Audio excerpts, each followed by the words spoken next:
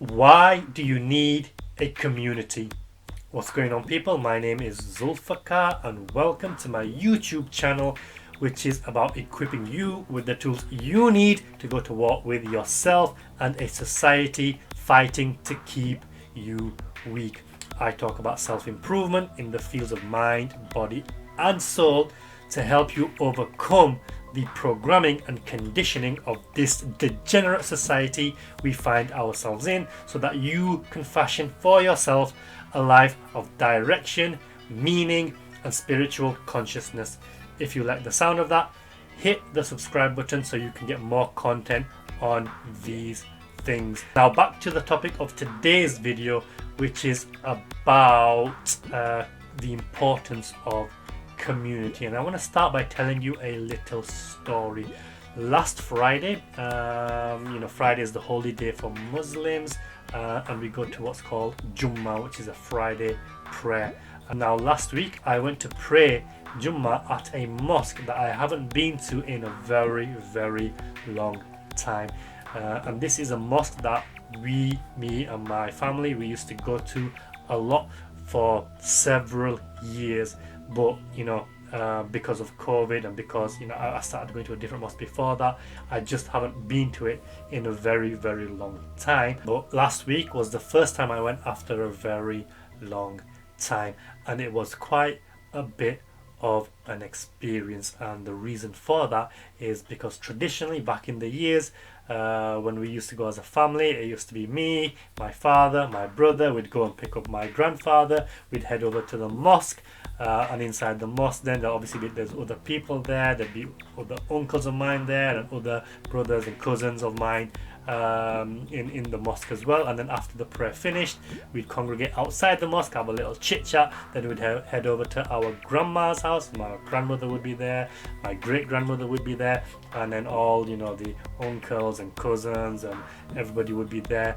And it turned into a bit of a Friday ritual, a Friday communion, where we all just got together, sat down and chilled. But last week it was totally different. Unfortunately, my grandparents are no longer with us. My father and my brother are in a different country, and my uncles have dispersed, bar maybe one. He was probably in the mosque, but I didn't see him. So when I went in, I sat down, and the imam was the main imam that's been there for years, and he was giving his speech and his sermon. And then the muazzin got up, who gave the call to prayer, and it sent down a lot of nostalgic feelings, and sent me back down to memory lane. And I'd look to my left and I'd look to my right, and my father's not there, my brother's not there, my grandfather's not there, my uncles aren't there, and it just created a temporary moment of sadness, of melancholy, of something's missing, something's empty, dare I say a little loneliness. So there are a couple of lessons here. Lesson number one is the temporary nature of everything. So everything here is temporary, and the other thing is that the only guarantee you have in life is change. Things will change. Make peace with the fact that things will change. And it just reminded me of the importance of family and the importance of community. Because you see, back when I was studying psychology in college, we learned about this thing called individualistic culture and collectivist culture. And the idea behind that was the Western world was an individualistic culture, whereas places like Asia were more collectivist, in that the West relied on the individual. It was more about individual responsibility and becoming a strong individual and doing everything yourself.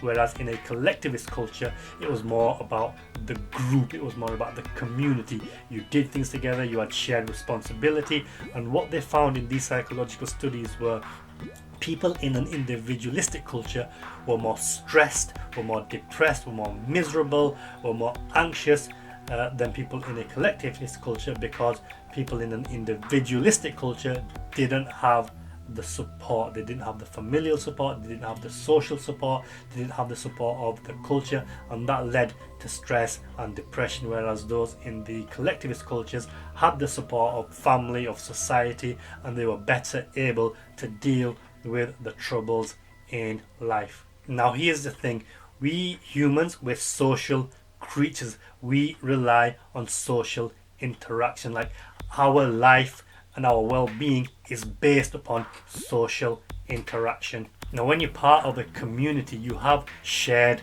responsibility. It gives you a sense of purpose, it gives you a sense of meaning, because when you're a part of a community, you contribute more to the community, and because you contribute more, it gives you that sense of purpose and meaning and fulfillment. Because although you are an individual, you have a very specific role for that community, and what makes a community is that all of the other individuals have specific roles. So everybody has their own unique talents and skills, but they use those unique talents and skills for the betterment of the community as a collective, and that's what creates a strong community. But where we find ourselves today is that everyone's doing their own thing, everyone's an individual, everyone's trying to make their own empire, their own money, they're doing their own thing. And although you're paying taxes, it's not the same, because ultimately who's benefiting from taxes, who's benefiting from our contribution?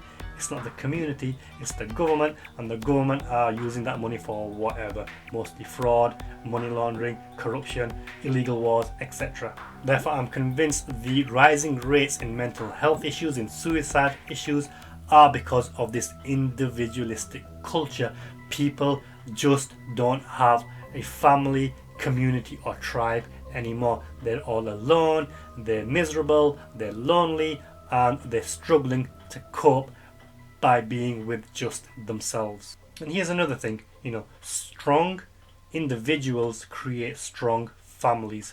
Strong families create strong tribes. Strong tribes create strong communities, and strong communities create a strong state. To destroy the state, you destroy the community.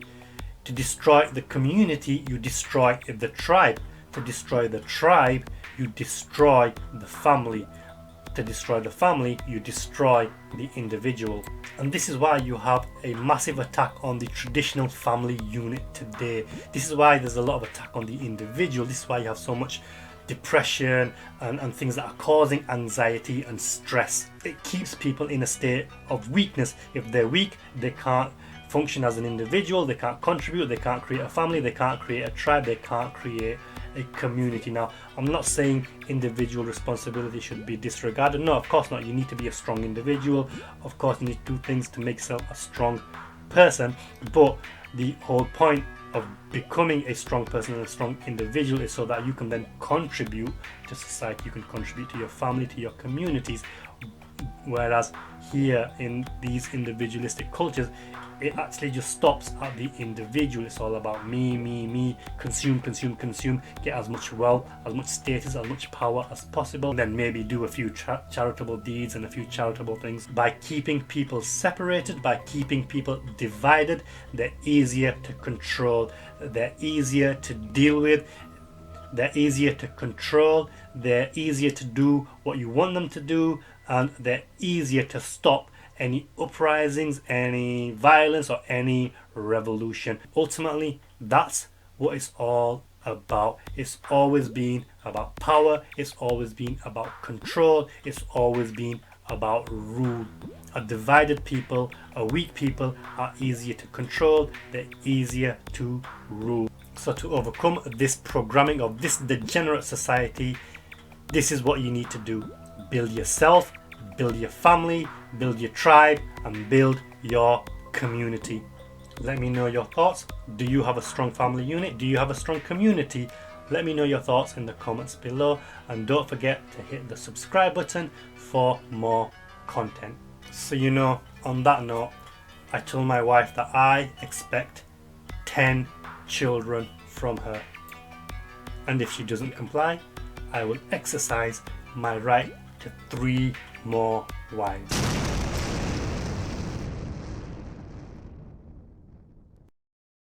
I'm just kidding. That is a joke. Don't take it seriously. And I really do hope my wife doesn't watch this video, because if she does, well, let's just say I won't be a member of any community, tribe or family anymore. Until the next video, take care. Bye bye.